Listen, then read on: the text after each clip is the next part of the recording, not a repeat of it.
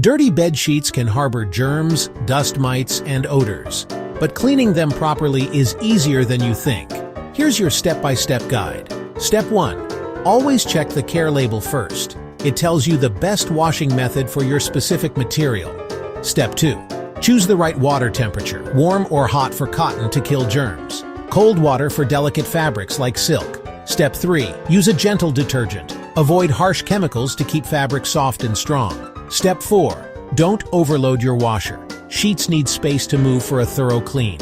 Step 5. Dry on low to medium heat, or air dry in sunlight for natural disinfection. Iron if needed for extra crispness. Step 6. Wash every 1 to 2 weeks. Clean sheets help you sleep better and protect your health. With consistency, your sheets stay fresh and long-lasting. Too busy to clean your sheets?